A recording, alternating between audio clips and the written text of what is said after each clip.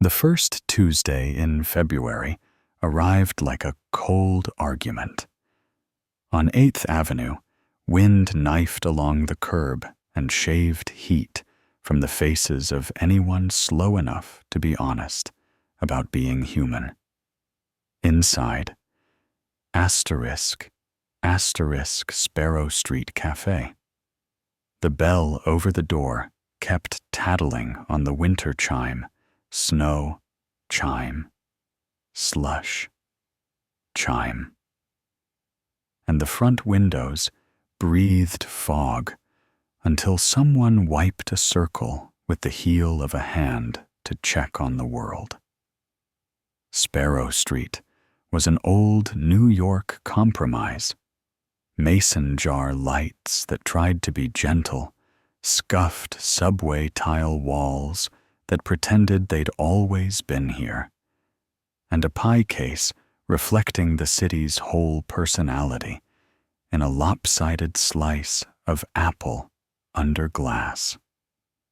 The place smelled like brown butter, espresso that had been allowed to caramelize half a minute too far, and that metallic clean note you get when wet wool meets heat. At 8:06 a.m., ransom. Hail ***, arrived the way certain men arrive when the world has never made them knock. He was tall in the way money often is, with a jaw taught by photographers and eyes that took inventory before they took responsibility. Venture capital, board seats, his surname on donor plaques in fonts that believed in him more than his father ever did. 2 assistants slid in first scarves, tablets, hair that had learned the discipline of good news, then held position, like human parentheses, around his entrance.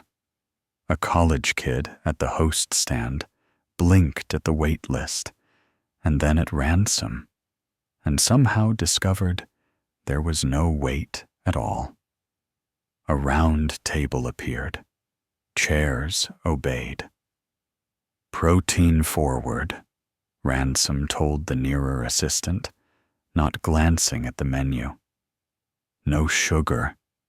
Weakness begins with a pastry. That's neuroscience.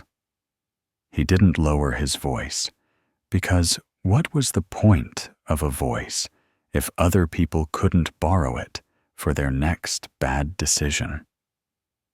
Across the room, a city sanitation worker with salt gritted into his eyebrows cupped a paper cup like a sacrament.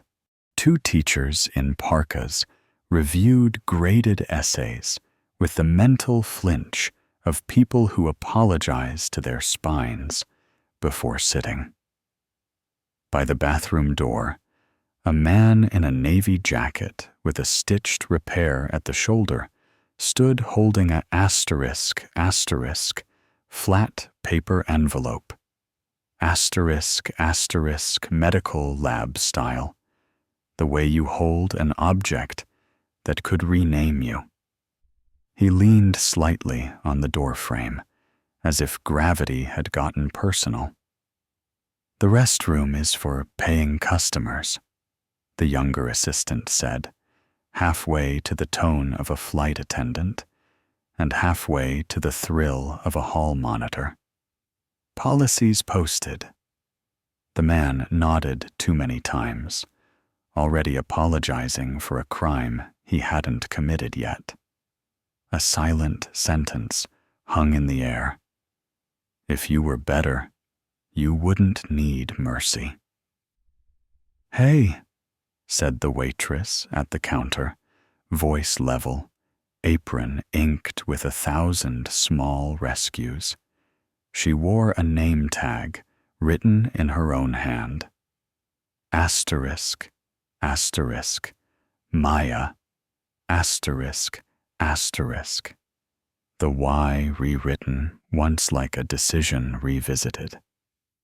He's a customer. He's with me. Ransom turned just enough to inventory her. Rental car glance, quick for dents, quicker to assume insurance. Everyone's a customer, he said, smiling at the room, until they cost you. The man offered a 20, as if to prove he existed on terms other people respect. Maya tapped the bill back into his envelope, then slid a *** ginger ale *** across the counter. Bathroom's open, she said. Take your time. Coddling, Ransom announced to the table, to the assistants, to the world. Contagious as the flu. Contempt is what spreads, Maya said, placing a ceramic mug on a saucer with the kind of care that looks like defiance when done in public. She pulled a shot, let black crema open like a small storm, then crowned it with steamed milk that kept its promise of heat without pretending to be sweet. She slid the cup to Ransom and set a receipt beside it, face down, as if money deserved privacy too. He lifted the cup, considered it, set it back like he was returning an underperforming stock. Espresso should be efficient, not sentimental, he said. Maya's mouth curved at one corner, a half smile that meant, I cook for people, not algorithms. Your table's ready, she added, and motioned toward the round, brass-rimmed one under the wall mirror. The rim had a thin crescent of bright metal worn to nickel, where 1,000 hands had found purchase. Asterisk, foreshadowing, disguised as furniture. Asterisk. He sat. Assistants tucked themselves into the air. The room continued being a room, which is to say, a democracy of small survival tactics. A woman shook her glucose monitor like it had made a joke in poor taste. A construction foreman made peace with decaf. Someone in a hoodie rehearsed an apology into the lid of a to-go cup. When Maya flipped the *** receipt, *** over to stash it under the brass napkin ring. She noticed something not meant for her and exactly meant for her. Below the itemized protein and something that couldn't legally be called egg, there was the cafe's standard donation line. Donations are tax-deductible under EIN 82 918417 ***. That line was a neighborhood pact. Buy a slice, fund the community fridge, tip heavy, sponsor a winter coat. But next to it, in a quick, left-leaning scrawl, someone had inked a tiny inequality sign and 4 words. ARC's real EIN. See. ***. Mini reveal hash. 1 *** wasn't only the note. It was the letter C. Maya didn't look up, didn't glance toward the window that reflected the glass facade of the *** Prosper, Arc Foundation *** across the street. She just folded the receipt into a small square, slid it beneath the napkin ring, and changed nothing about the way she moved. Experience had taught her that truth is shy. It comes closer when you act like you didn't see it. The bathroom door sighed open. The man in navy returned, shoulders squarer, face a little less pale.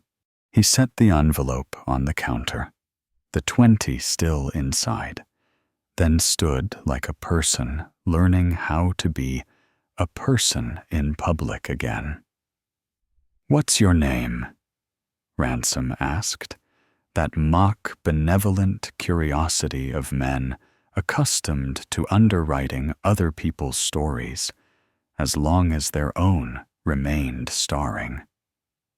Asterisk, asterisk, Daniel, asterisk, asterisk, the man said, voice polite to the point of self-erasure.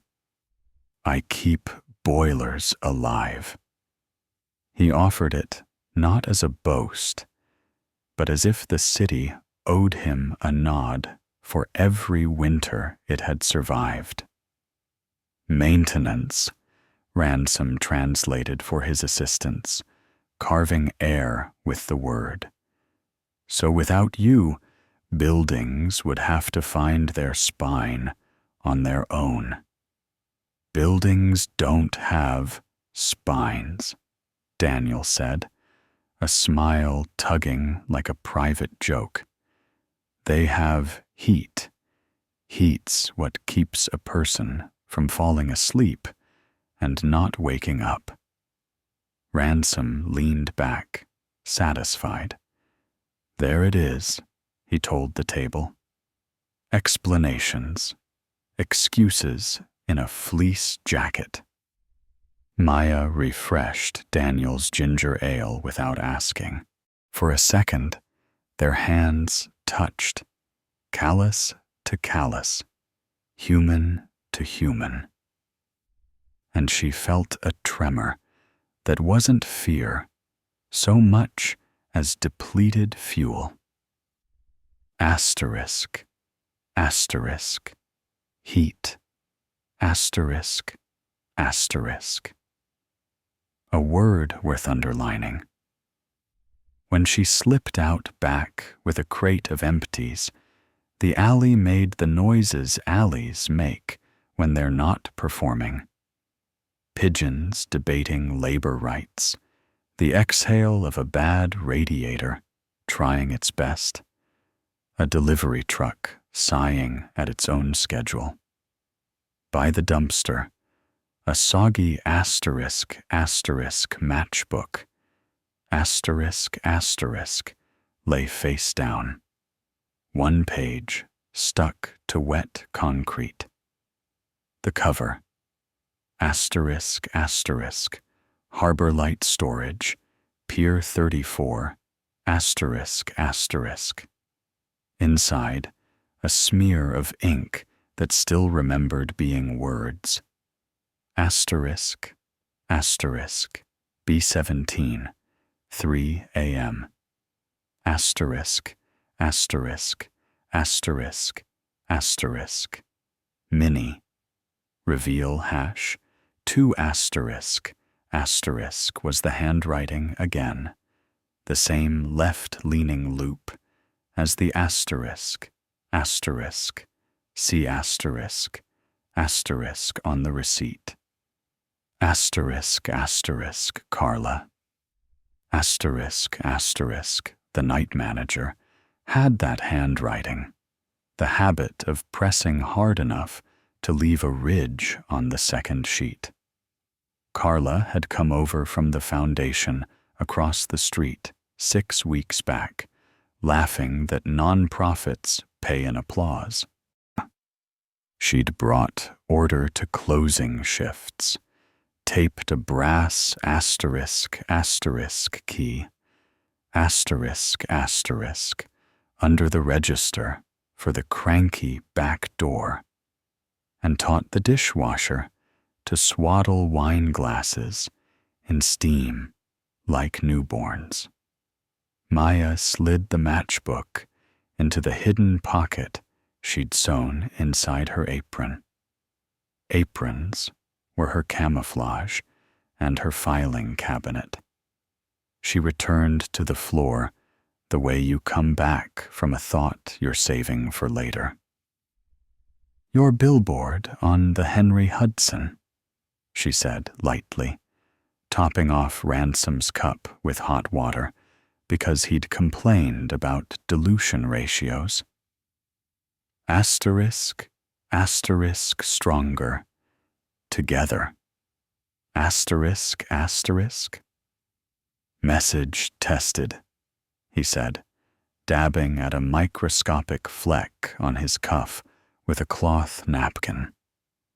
Wins with independence, plays patriotic without scaring donors, and the focus groups cried on cue. You keep what works. You do, Maya agreed, tone flat enough to look like agreement from a distance. An assistant's phone vibrated. Then the others did too. That simultaneous hum, a certain class of people hear like a fire alarm. They bent their heads, twin saints of PR. One went pale in an expensive way. "Emergency board session," she mouthed to Ransom. "Tonight." He didn't blink. "Draft 2 statements," he said. "One magnanimous, one furious. Data will pick the mood." They ghosted out, phones glowing like votive candles to a God who never stops taking. "Magnanimous," Daniel murmured into his soup, practicing the word like a spell. "Means you have so much you can afford to be kind." Maya collected plates. "I know," she said. At 11:47, someone taped a flyer to the inside of the window. Asterisk, asterisk, Sparrow. Street Community Coat, Drive. Thank you, Prosper Arc. Maya saw her own reflection layered over the logo. A sleek asterisk, asterisk, Sparrow, asterisk, asterisk, with sharper wings than the chubby stamped bird on their receipts. 2 sparrows, 2 stories. Which one belonged to whom? She cashed out a table, counted change by feel, palmed the receipt square with the inequality sign, and ducked into the tiny office behind the pastry case. She laid the square beside the spare keys, the first aid kit, the flyer with the coat drive, thank yous, and a post-it scrawled with the combination to the safe where they kept cash for the weekend farmers market pop-up. There were a dozen ways to be wrong tonight, but there were fewer ways to be right, and they required asterisk, asterisk timing, asterisk, asterisk. She took a pen, wrote on the side of her left hand, asterisk, asterisk, B17, 3 a.m., asterisk, asterisk. She flexed until the ink blurred into skin. She didn't write asterisk, asterisk, Harbor Light, asterisk, asterisk, or asterisk, asterisk, Pier 34, asterisk, asterisk. She'd known those numbers since she was 13, bagging squid at an uncle's bait kiosk and learning which piers had their own weather. Back on the floor, Ransom gestured toward the pie case. "How much for the entire apple?" he asked, a man reaching for a metaphor he could eat. "We sell by the slice," Maya said. "Everything's for sale if you make it worth someone's day," he replied, with the casual arrogance of a person who thinks asterisk, asterisk, worth asterisk, asterisk is something money gets to define. "Not everything's for sale," she said, wiping the brass rim of his table in a neat circle and leaving a deliberate crescent of patina untouched. "Some things are only for keeping." He smirked at the mirror, which smirked back. "Slogans," he said. "America's second language." The bell chimed again. The room rearranged itself around the idea of noon. In the window's reflection, the Prosper Arc facade gleamed like an alibi. The matchbook in Maya's pocket felt weightless the way a plan does before the first hinge squeaks. She scanned the cafe customers, exits, the rhythm of mouths and spoons, and felt the city settle into that fragile hum it gets when something about to be broken is still pretending to be whole. Asterisk, asterisk, mini reveal. #3. Asterisk, asterisk, arrived in the softest of ways. A asterisk, asterisk text, asterisk, asterisk from asterisk, asterisk, Carla, asterisk, asterisk, no punctuation, no greeting, just 3 words that are either a warning or a promise. Asterisk, asterisk, please tell me, asterisk, asterisk. Maya typed 1 word back, asterisk, asterisk tonight, asterisk, asterisk. Then, on instinct, another asterisk, asterisk witnesses, asterisk, asterisk. She pocketed the phone and poured hot water into a chipped mug for a woman with trembling hands. The woman's asterisk, asterisk glucose monitor, asterisk, asterisk, flashed an anemic red. "Can I sit for 5 without ordering?" the woman asked, pleading with policy, like it could be merciful. "You can sit for 15, Maya said, loud enough for the room, and the sign, and her boss to hear. "Heat first, bill later." From his table, Ransom chuckled. "This is the pathology," he said, to no one and everyone. "Mercy as lifestyle brand. Country's getting softer by the minute." Maya looked at him with a quiet that refused to be a stage. "Weakness isn't contagious," she said. "Contempt is." He lifted his cup. "You rehearsed that line?" "Every morning," she said. "Right before the first bus unloads, people with reasons." He drank. He didn't like that he liked it. By 12:30, the line at the register bent like a river learning city geometry. Daniel asked for the check and tried to tuck the 20 under the saucer again. Maya slid it back with a look that meant, "Stop making me argue with your dignity." He relented. "Will the radiator forgive me if I check its temper downstairs?" he asked. "Sounds like it's whistling in G." You touch anything down there, and the health inspector will retire out of spite, Maya said. But she opened the half door behind the counter anyway. Go talk to our heat. It listens better than some people. Ransom stood to leave, without leaving a tip men, like him, tipped in press releases, and paused by the counter to offer the room a final blessing. When a culture starts believing that feelings are facts, he said, it confuses kindness with competence. That's when you get rot. That's when you get winter inside the house. Maya wiped the brass ring again, clockwise. Some of us know how to keep winter where it belongs, she said.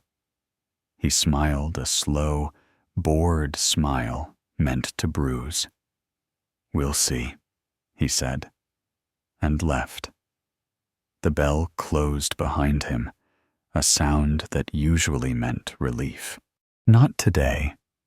Today it sounded like an opening door somewhere else. Maya exhaled, checked her palm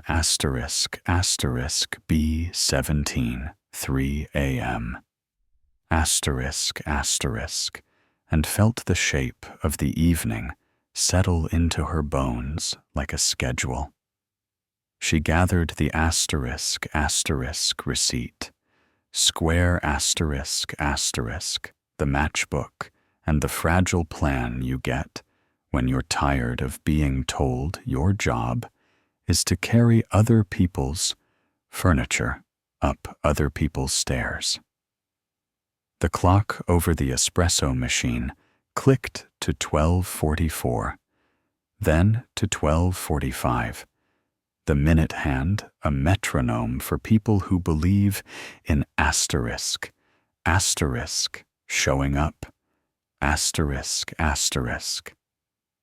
The thermostat coughed, and then, as if obeying Daniel's quiet sermon downstairs, settled into a warm, low purr.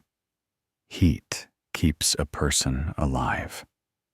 Tonight, they would find out what contempt keeps alive, and how long that creature can survive under a light that doesn't blink. The city had moods, and by dusk that Tuesday, it was in one of its bitter ones. Cold mist slanting sideways, traffic lights pulsing like exhausted hearts. The kind of evening that made people mutter at themselves for choosing New York over Florida. Inside Sparrow Street Cafe, the crowd thinned into a quieter democracy. Students trading laptops for bagels, a delivery cyclist charging his phone, and Maya working in a rhythm that let her body do the math, while her mind traced the message folded in her apron pocket. B17, 3 a.m. The numbers glowed against her palm, even after she'd washed her hands twice. It wasn't just a time and a place. It was a dare. At 7:12, Carla came in through the side door, hair damp with drizzle, cheeks red, as though she'd run the last block. She was supposed to start later, but she dropped her bag behind the counter and went straight to the back sink, scrubbing like she wanted to erase something. You left me a note, Maya said quietly, when no customers were in earshot. Carla's hands froze in the soapy water. You weren't supposed to see it. I did. Carla shut off the faucet. The pipes groaned. Then pretend you didn't. Please. Maya leaned on the counter, elbows leaving faint marks on the stainless steel. If you thought ignoring it was the right thing, you wouldn't have written it down. Carla shook her head. I'm not dragging you into this. You pour coffee. You keep this place afloat. Don't get yourself swallowed by things that live across the street. You used to work across the street. That's why I know, Carla said, and why I left. Her voice cracked like porcelain. Maya didn't push further. She just nodded once, the kind of nod that promised, if you can't carry it, I will. By 10:30, the cafe dimmed to its closing ritual. Chairs turned on tables, mop water steaming in a bucket, a handful of loyal customers lingering like punctuation marks that refuse to leave the page. Daniel was still at the counter, coaxing the radiator into cooperation with a wrench from his canvas roll. You treat boilers like people, Maya observed, wiping the last table. They are people, he said with a grin, just quieter. You listen close enough, they tell you everything they need. Maya smiled, but her thoughts were already elsewhere. A matchbook, a brass key taped under the register, a storage unit at Pier 34.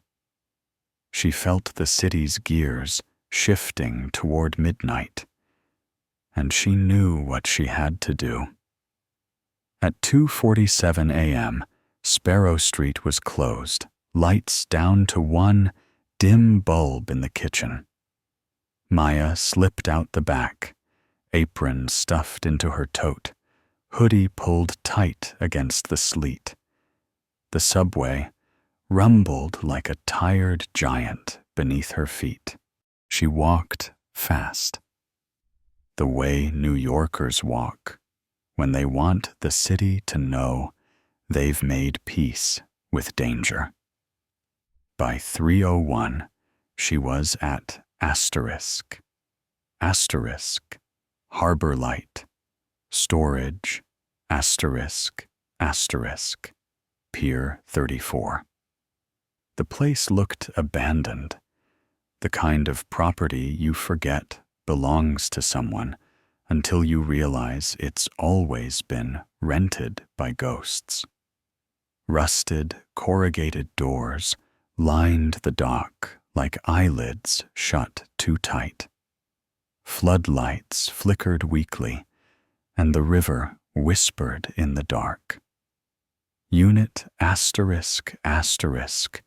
B17. Weighted halfway down.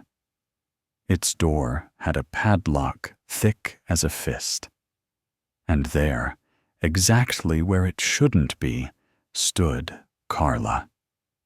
Puffer jacket zipped up to her throat, apron still visible underneath, breath rising in quick clouds. You shouldn't have come, Carla said. You sent me the map, Maya replied. Carla rubbed her temple. They're moving everything tonight. Hale and the others. Cash, files, computers. They think if it's gone before morning, the board can say it never existed. Maya took the brass key from her tote. The same key Daniel had dropped into the cafe tip jar weeks ago. She held it up. Does this fit? Carla's eyes widened. How the hell? It was never for the back door, Maya said. Carla bit her lip, then slid the key into the lock. The metal side, then clicked open. The door rolled upward like a reluctant confession. Inside, rows of bankers' boxes stacked too neatly, a folding table with a humming printer, a copy machine blinking in standby, and in the center, a asterisk safe, asterisk waist high, black paint chipped at the edges. On top of it, a yellow sticky note, asterisk bird feed, asterisk. Maya muttered, "Cute." Carla's hands shook. "We should close it and walk away. Pretend we never—" "Carla," Maya interrupted gently, "you already wrote the note. You already asked for help. If we stop here, we give him everything." Carla closed her eyes, then nodded. "Code's the matchbook number. Try it." Maya punched in asterisk 23017 asterisk. The keypad beeped. The safe unlocked with the exhale of something relieved to be discovered. Inside lay evidence thick enough to choke a conscience. Asterisk. 3 thumb drives. Asterisk. Labeled in neat block letters. Asterisk. 2 bound stacks of $100 bills. Asterisk. Each wrapped with bank tape, labeled $10,000. Asterisk. A red leather folio. Asterisk. Embossed with the sleek sparrow logo. Prosper Arcs, L.A. cousin. Asterisk. A ledger. Asterisk. Handwritten, columns stretching across the months like a slow bleed. Maya opened the ledger. Name leapt at her. Asterisk donors. Asterisk. Not recipients. Next to each, a percentage cut, a destination account. A fake consulting company named asterisk. Sparrow Ridge. Asterisk. An LLC called asterisk bird feed. Holdings asterisk. Initials she recognized. Asterisk. R. H. dot asterisk and asterisk C. D. dot asterisk. Coulter Dean, Carla whispered, the CFO. And Hale. 18 million diverted, Maya counted aloud. Money meant for job training, housing, health care. Gone. She took out her phone. Not 911 too blunt. She dialed a number that didn't ring, just clicked. A man's voice answered, flat as paperwork. Charities Bureau. It's Maya, she said. Level 4. Harbor Light Storage, Pier 34, Unit B17. Ledger, thumb drives, cash. Bring a warrant. Bring gloves. You'll want to see the folio. Silence, then a low whistle. You alone? Not stupid, she replied. I'll tell you more when you're closer. She hung up. Carla stared at her. Who are you? Maya zipped the ledger back into the safe, then shut it with a click. "A waitress," she said, "and someone tired of watching contempt walk around dressed as strength." At 4:12, headlights swept the pier. 3 dark SUVs pulled up, not Hales, not Coulters. Government plates. 2 plainclothes investigators stepped out, hands gloved, eyes alert. One woman carried a black case that looked heavier than her arm. "Assistant A.G. Nora Voss," she said, flashing ID. "You're Maya?" Maya nodded. "Then you're the reason we're awake tonight." They documented everything: photos, seals, catalog numbers.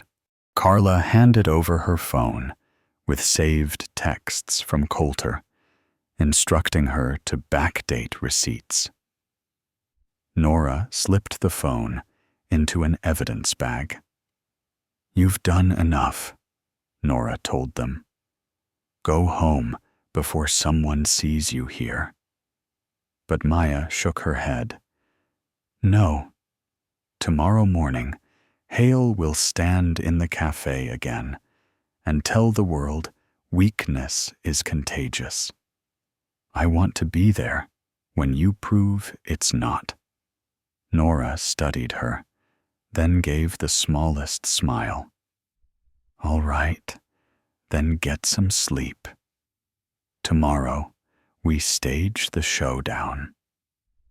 At 7:55 the next morning, Sparrow Street Cafe looked ordinary again. Pie case gleaming, radiator humming, regulars sipping coffee before work. Only Maya knew the city was already bending toward revelation. Ransom Hale walked in at 8:03, arrogance ironed crisp, assistants in tow. He didn't see the 2 black SUVs idling by the curb. He didn't notice Daniel at the counter, envelope still tucked under his arm, but face calmer, as if heat itself had adopted him. He sat at the brass-rimmed table. Maya brought him his usual espresso without asking. She set the saucer down, and with it, a single folded square of paper. "Forgot this yesterday," she said. He opened it absently, expecting a receipt. Instead, he saw his own foundation's EIN scribbled next to another. The inequality sign glared back, and beneath it, Carla's looping asterisk, asterisk, C, asterisk, asterisk. Ransom's smile flickered. He looked up. For the first time since she'd met him, Maya saw a shadow of doubt cross his face. The bell over the door chimed. 4 people entered. Suits, leather case, authority you couldn't mistake. "Mr. Hale," Nora Voss said calmly. "Good morning." The cafe went silent, forks hovering, conversations freezing mid-sentence. Even the radiator seemed to hold its breath. "On behalf of the New York Attorney General's office, we're executing a court order to seize financial records from Prosper Ark Foundation," Nora continued. "We also have a warrant for the arrest of Coulter Dean on charges of fraud and embezzlement." Gasps rippled through the cafe. Daniel's hand tightened on his envelope. Carla stood frozen by the register, apron trembling. And Hale tried to laugh. This is absurd. Theater. Do you people know who funds your salaries? Nora didn't blink. Do you know who funds your fraud? Maya stood silent, towel in hand, apron smudged with coffee. She didn't move. She didn't need to. She had already lit the match. The cafe had always been noisy in its own small way, silverware clinking, milk steaming, the bell over the door tattling on the weather. But when Nora Voss and her team stepped inside, silence fell, like someone had pulled the plug on the room. Every voice, every scrape of chair, every sigh gone. Only the radiator kept humming, faithful and low, like a drummer holding rhythm for a band that had lost its place. Ransom Hale leaned back in his chair at the brass-rimmed table. His smile looked carved, brittle. "This is a joke," he said.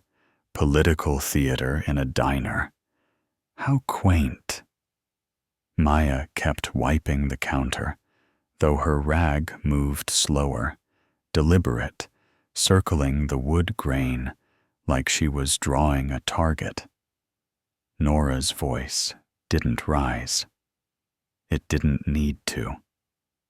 "This isn't theater, Mr. Hale. This is evidence. We have thumb drives, a ledger, wire transfer records, and text messages confirming deliberate misappropriation of funds." The assistants shifted uneasily, thumbs hovering above glowing screens. They weren't used to being part of a scene where their boss wasn't the director. "You can't be serious." Hale laughed once, sharp as breaking glass. "You seize documents, you tank the programs. Do you understand? The job training, the veteran housing, the food pantries, gone. And that blood will be on your asterisk hands." "Incorrect," Nora said, opening the leather case. She laid out copies of the ledger pages on the table in front of him, each one laminated in the cold logic of ink and paper. "The programs don't fail because we investigate fraud. They fail because you drained them like a parasite." Gasps rustled across the cafe. A retired teacher at the window clutched her chest. A young mother with a stroller whispered something that sounded like, "I knew it." Daniel set his spoon down, trembling, not with fear, but recognition.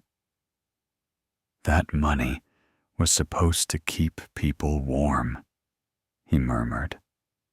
Hale's jaw tightened. He looked at Daniel, then at Maya, then back at Nora. "You people love a scapegoat," he said. "I've built more opportunity in this city than any of you could imagine.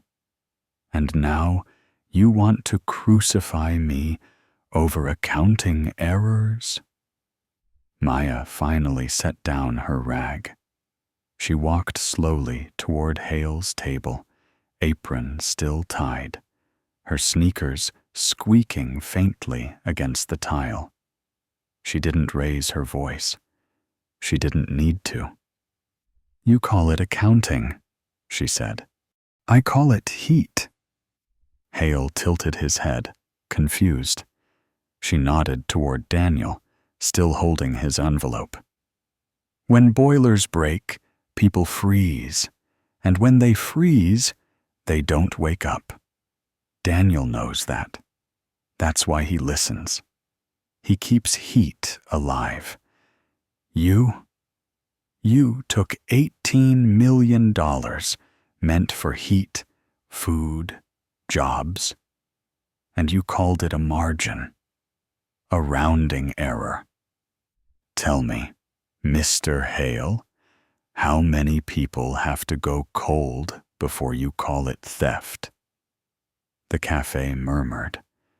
The radiator hissed like applause. You're a waitress, Hale sneered, searching for safety in contempt. You pour coffee. You don't know the first thing about responsibility. Maya didn't blink.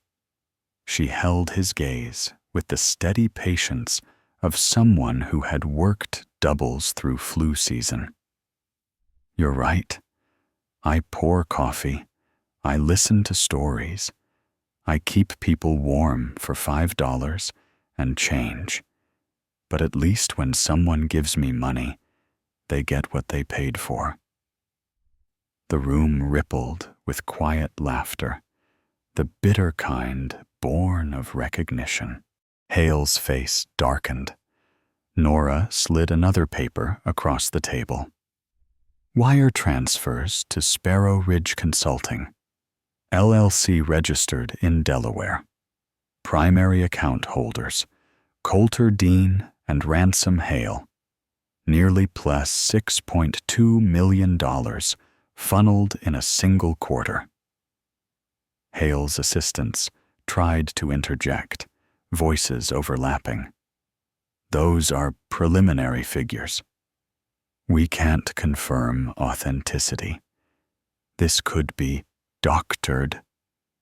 But Carla stepped forward, apron trembling, voice shaking. I have the texts. Coulter told me to backdate receipts, to make it look like the donations matched. I saved them all. She held up her phone, unlocked. Messages glowed in damning blue bubbles. Hale turned on her like a predator who just realized its prey had teeth. You ungrateful little... Don't, Maya cut in sharply, her voice slicing clean through the tension. Everyone turned. Even Hale froze. Don't talk to her like that, Maya repeated. Don't talk to any of us like that. We may not sit on boards, but we keep this city alive. The janitors, the boiler men, the teachers, the waitresses. You call us weak because it's easier than admitting you've been stealing from the strong all along. The cafe erupted, not in chaos, but in agreement. A chorus of murmurs, nods, fists tapping tables. Heat rose like a tide. For the first time, Hale looked genuinely rattled. Nora stepped in smoothly, capitalizing on the moment. Mr. Hale, you're being placed under investigation for fraud, embezzlement, and conspiracy. You'll need to come with us. Hale stood slowly, trying to salvage dignity from the wreckage. You're making a mistake, he said. You'll regret tearing me down. Maya tilted her head, deadpan. You've mistaken this for theater again. Nobody's tearing you down. You built your own trap. We're just turning on the lights. For once, Hale had no clever reply. The marshals guided him toward the door. He walked stiffly, still trying to project control, but the reflection in the cafe's front window betrayed him. He looked smaller in glass. As the SUVs pulled away, the cafe exhaled. Conversations returned, hesitant at first, then faster, as if the silence had been holding its breath. Daniel wiped his eyes discreetly, then muttered, "Heat keeps a person alive." Maya returned to the counter, picked up her rag, and resumed wiping. Same motion, same patience. Except now, the room looked at her differently, not just as a waitress, but as a witness, a defender, someone who had forced contempt to face its own reflection. Later that afternoon, word spread faster than coffee cools. Local news vans parked outside. Donors came in, receipts in hand, demanding explanations. Carla handed out free pie slices to keep tempers at bay. The radiator, coaxed by Daniel, stayed mercifully quiet. By evening, Prosper Ark Foundation released a statement half denial, half surrender. "We are cooperating fully with authorities," it read. "Programs will continue under interim leadership." Maya read it once, then taped it to the cafe bulletin board. Beside it, she added a handwritten note. "Weakness isn't contagious. Contempt is." Customers photographed it. Within hours, it was online, spreading far beyond Sparrow Street. And though Hale's lawyers would argue, though headlines would spin, though court dates would drag into months, something had already shifted in that cafe. A waitress had defended a stranger. A community had seen itself reflected in her courage. And a millionaire had been stunned into silence by the truth he thought he could buy his way out of.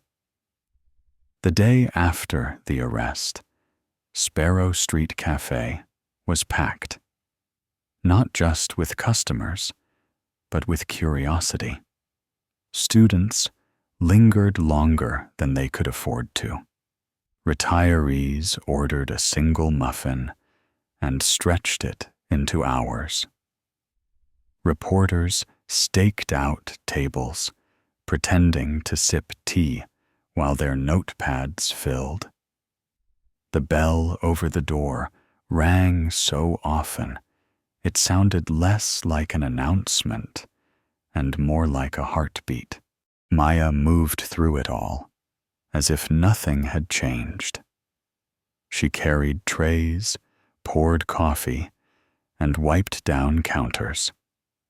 But people watched her, now, really watched her, as though the act of serving coffee had transformed into something bigger overnight.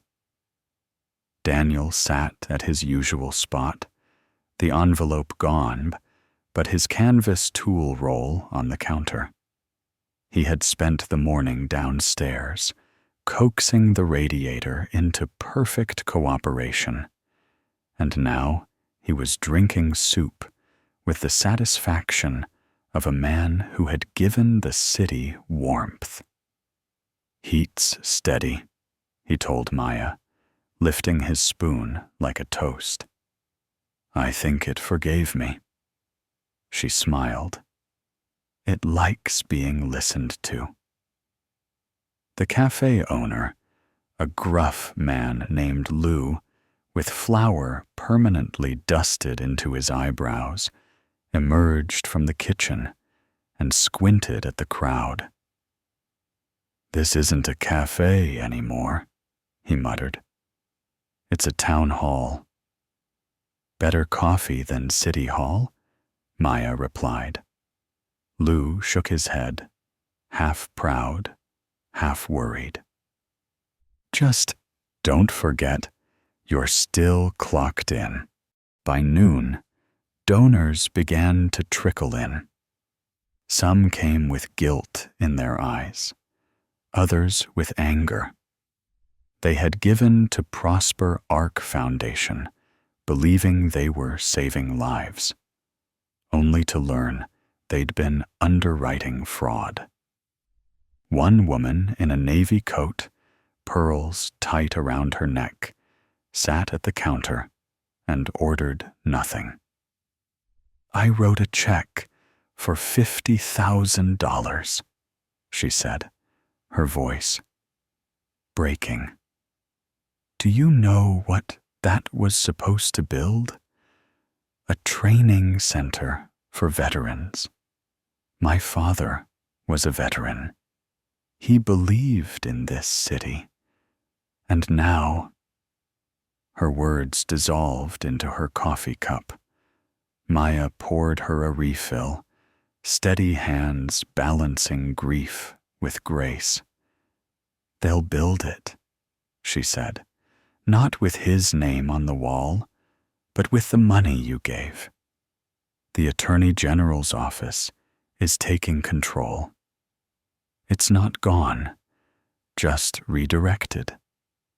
The woman blinked, surprised. "You're certain?" Maya nodded. "They don't get to burn the receipts this time."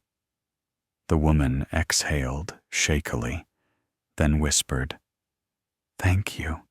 It was the first of dozens of such exchanges that day. Donors looking not just for answers, but for reassurance that their hope hadn't been wasted. And for some reason, it was Maya they trusted. The fallout hit Prosper Ark's headquarters like a storm. Hale's face appeared on every news channel. Photographed walking stiffly into a black SUV, eyes shielded by sunglasses he wore even in the rain. His lawyers released statements calling the investigation politically motivated. Coulter Dean was arraigned the next morning. His mugshot splashed across tabloids with headlines like "Ark CFO falls from grace." Inside the cafe, Carla read updates off her phone between bussing tables. "The board voted him out," she reported. "Unanimous. They're bringing in interim directors until the audit finishes." Maya smirked. Guess he wasn't as indispensable as he thought. Carla bit her lip. "You think I'll be in trouble for saving those texts?" "Trouble?" Maya raised an eyebrow. "You'll be hired." As if on cue, a woman in a gray suit walked in just after 3. She ordered black coffee, introduced herself quietly as an investigator with the Department of Investigation, and slipped Carla a card. "If you're tired of pouring lattes," she said, "we could use someone who knows where the cracks are." Carla's hands shook as she accepted it. "You mean me?" "Yes, you," the woman replied. "People who notice details. People who don't look away." Carla glanced at Maya, eyes wide. Maya nodded once, proud but calm. "Take it," she said. "The city needs you." Meanwhile, Daniel had his own revelation. That evening, after the crowd thinned, he pulled Maya aside. "Got my results," he said, tapping the envelope he had finally dared to open. His voice carried the heaviness of a man who had lived with shadows too long. Maya braced. And? Not good. He tried to laugh, but it cracked. Doctor says I won't be climbing boiler ladders much longer. Knees are failing. Lungs too. Years of heat, dust, asbestos. It catches up. Maya's heart clenched.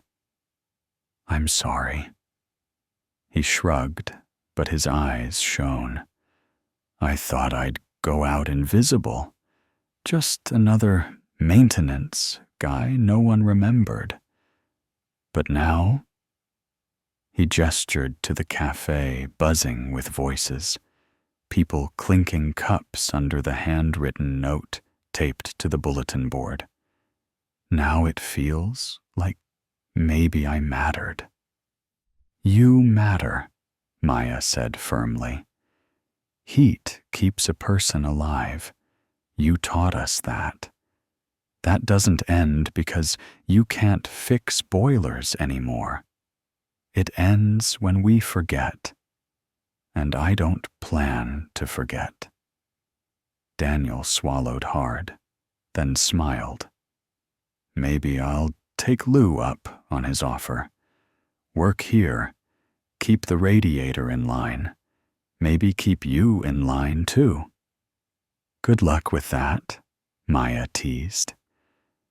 By the end of the week, the cafe had become something else entirely. A hub. Investigators stopped by for updates. Donors met at the tables to discuss rebuilding plans. Volunteers signed up for coat drives, food deliveries, job fairs. The bulletin board filled with flyers. Know your rights when you donate. Community Heat Fund. Interim Prosper Arc Meeting. All welcome. Nora Voss herself came in one evening, slipping into a corner booth after a long day of depositions. She ordered pie, black coffee, and sat watching the room. When Maya brought her the check, Nora folded the receipt carefully and said, You should know, people at the Bureau are calling this the Sparrow Street case, not the Ark case, yours. Maya blinked. I didn't do this alone. No, Nora agreed.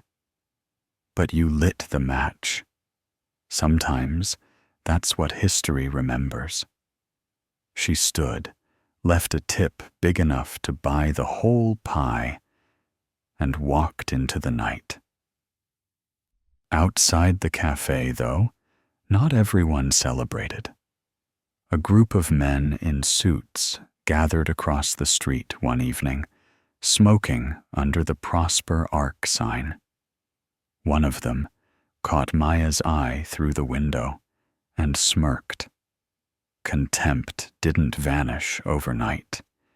It adapted, but Maya had seen enough contempt to know. It only wins if you let it make you small. She straightened her shoulders, wiped the counter, and served the next customer. Weakness wasn't contagious. Courage was. Weeks passed. The audit unearthed more shell companies, offshore accounts, falsified budgets. Hale disappeared from public view, hiding behind lawyers and statements. Coulter Dean pled guilty, cutting a deal. The interim directors announced they would finish the Veteran Training Center using the recovered funds. Donors were invited to tour the site. Maya didn't attend the press conferences. She stayed at the cafe, refilling mugs, steady as ever. But customers brought her updates, clipping headlines from newspapers, telling her what she had already guessed. The system was beginning to bend, not break. Carla left her apron behind after 2 more weeks. She started at the Department of Investigation with nerves jangling, but pride steady. She came back to the cafe on weekends, sliding into booths like a regular, telling stories about cases that made her eyes blaze. Daniel took up permanent residence at the counter, his tool roll hanging on a hook by the register. He tinkered with the radiator, supervised Lou's ancient oven, and told customers stories about boilers that once roared like lions. Kids listened, wide-eyed. Adults smiled, warmed not just by soup, but by his presence. The cafe's brass-rimmed table remained. People sat there, sometimes donors, sometimes strangers, sometimes just tired neighbors. Maya polished it every night, leaving one crescent of patina untouched. A reminder. And taped above the register, still, was her note. Weakness isn't contagious. Contempt is. People took photos. They printed it on posters. Someone even made T-shirts. Maya didn't care. She hadn't written it to be famous. She'd written it to be true. Late one night, as sleet ticked against the windows, Maya stood alone in the cafe, cleaning up after closing. She paused at the bulletin board, scanning the flyers, job fairs, coat drives, volunteer sign-ups. Then she noticed something new. A small card pinned in the corner. Plain white, just a phone number. On the back, a handwritten line. You did the right thing. The handwriting was sharp, elegant. Maya recognized it instantly. The woman in the red-lined blazer, the one who had signed Prosper Arc contracts with a pen that left ridges. She had been part of the fraud, part of the machine. And yet she'd come back, quietly, to leave this card. Mini reveal. Not all enemies stay enemies. Some wake up. Maya pocketed the card. She didn't know if she'd ever call. But she kept it, because some tokens matter. Like a brass key taped under a register. Like a matchbook pulled from the trash. Like heat humming through old pipes. Stubborn and alive. The cafe lights dimmed. Outside, the city pressed on loud, messy, full of contempt and kindness, both contagious in their own ways. Inside, Maya locked the door, hung up her apron, and whispered to the room, as though it could hear her. Heat keeps a person alive. And the radiator, steady now, hummed its agreement. By March, the snow had thinned into dirty slush. Winter no longer barked. It sulked. But the city hadn't forgotten February. Headlines still echoed the Sparrow Street case. Hale's name still stained the news ticker.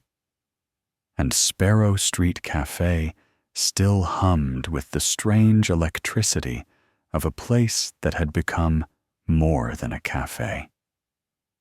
Maya, however, never let it change her routine. She tied her apron at 7 sharp.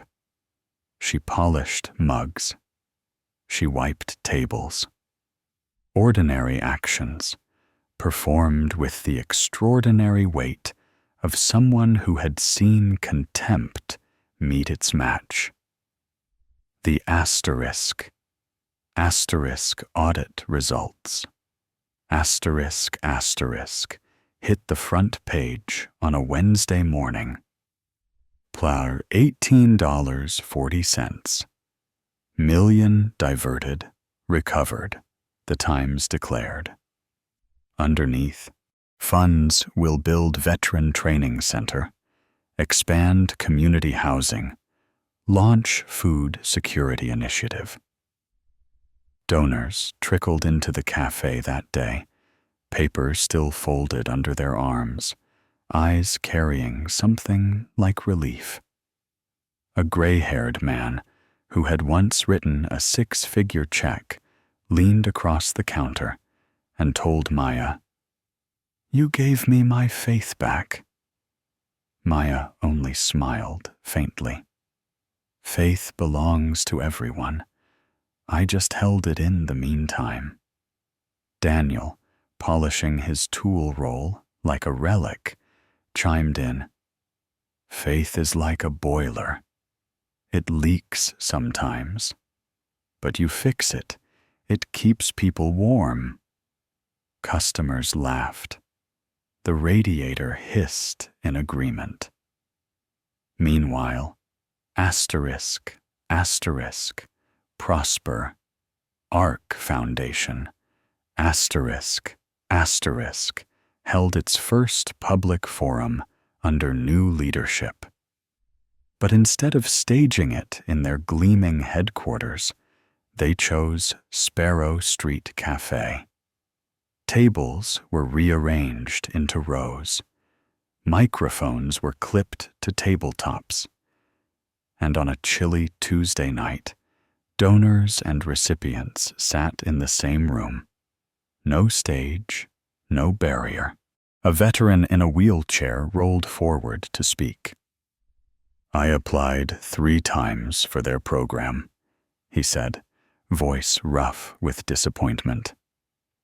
"I thought I wasn't good enough. Turns out, it wasn't me. It was them." A teacher followed, tears bright. "We told our students to believe in charity, in community, and then we learned the money disappeared. I thought I'd lied to them. Now maybe I can tell them the truth." The board members listened, really listened. And for the first time, the cafe felt like a courtroom without robes, justice taking its seat, not in marble halls, but in a place where pie cooled on the counter and coffee refilled automatically. Maya stood in the back, arms crossed, watching. She didn't speak. She didn't need to. The room carried itself. Carla, now with a new badge clipped to her coat, leaned against the counter beside Maya. "Feels different," she whispered. "Like we're finally running the system, not the other way around." Maya smirked. "Don't let it go to your head. Systems are just boilers too. They need constant fixing."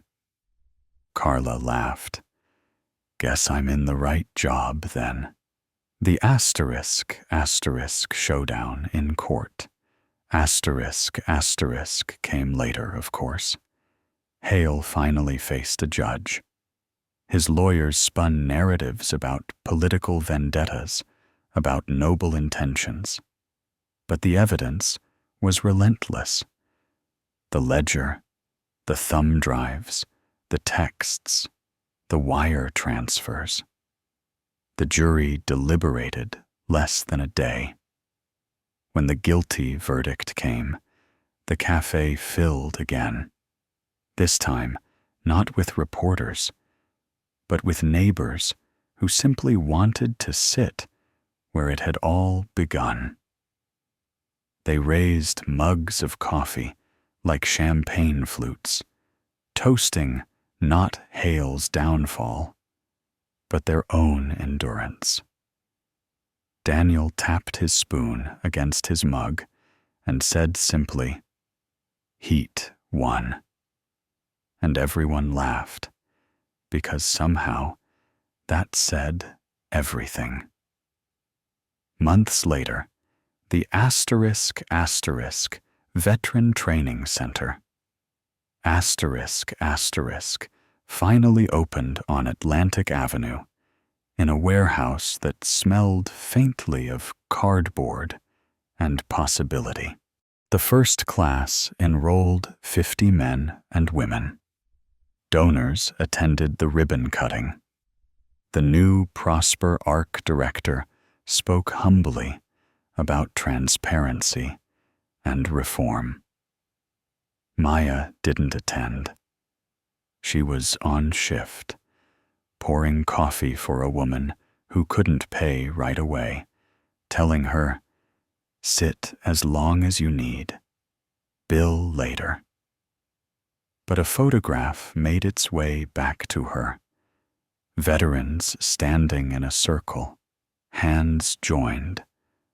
A plaque on the wall that read, "Heat keeps a person alive, dedicated to those who defended the forgotten."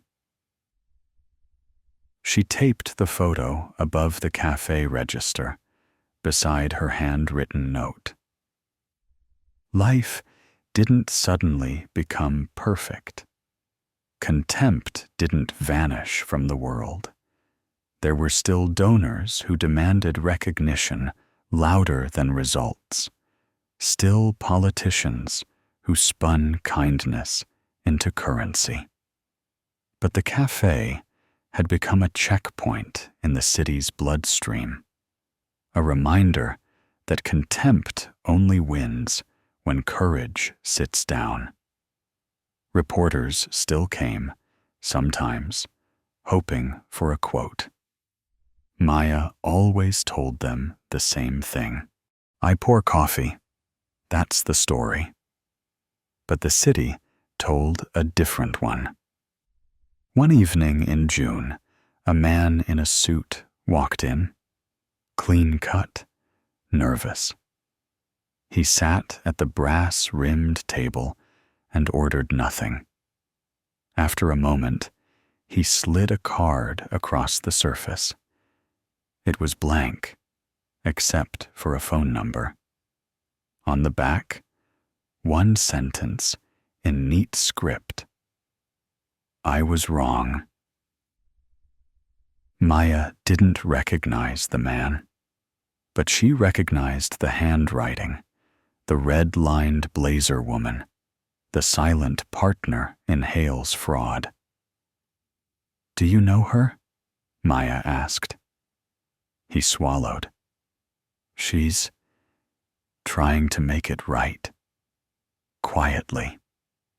Maya pocketed the card. Making it right isn't quiet, but it's a start.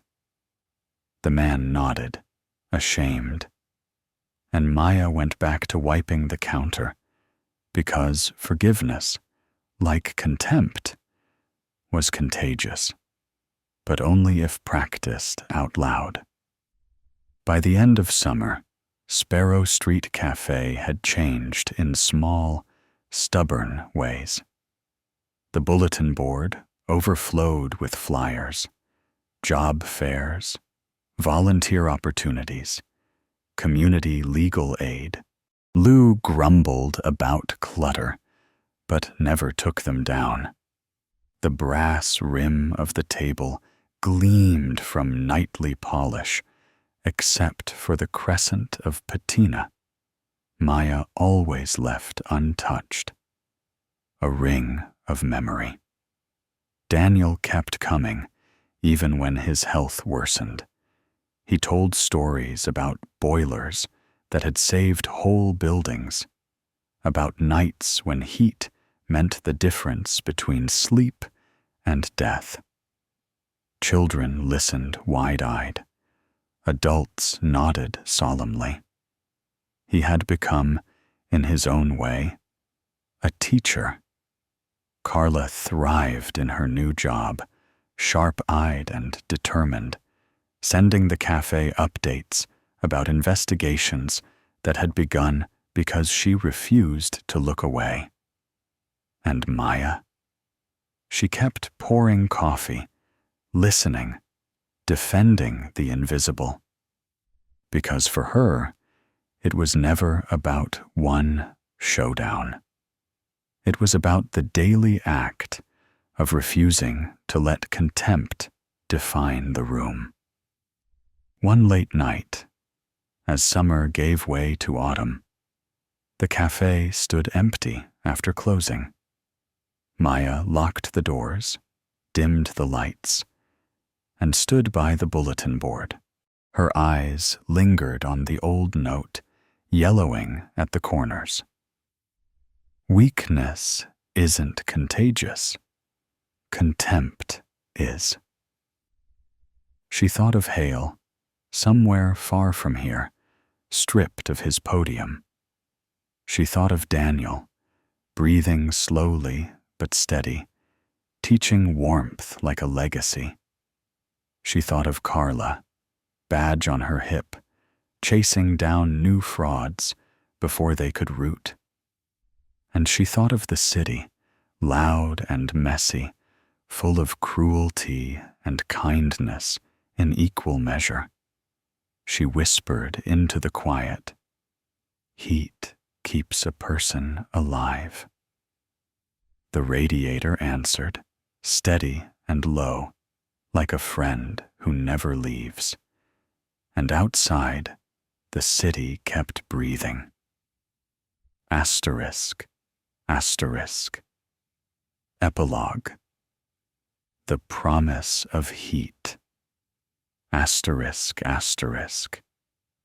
Years later, people would tell the story differently. Some said it was about the Attorney General. Some said it was about whistleblowers. Some said it was about donors who demanded accountability. But those who were there, the ones who sat in Sparrow Street Cafe, who saw a waitress stand up to a millionaire, knew the truth. It wasn't about weakness. It wasn't about money. It was about heat. Because heat keeps a person alive. And sometimes the simplest act, pouring coffee, defending a stranger, can turn a room into a furnace strong enough to melt contempt. And in that furnace, people remembered what it meant to be human again.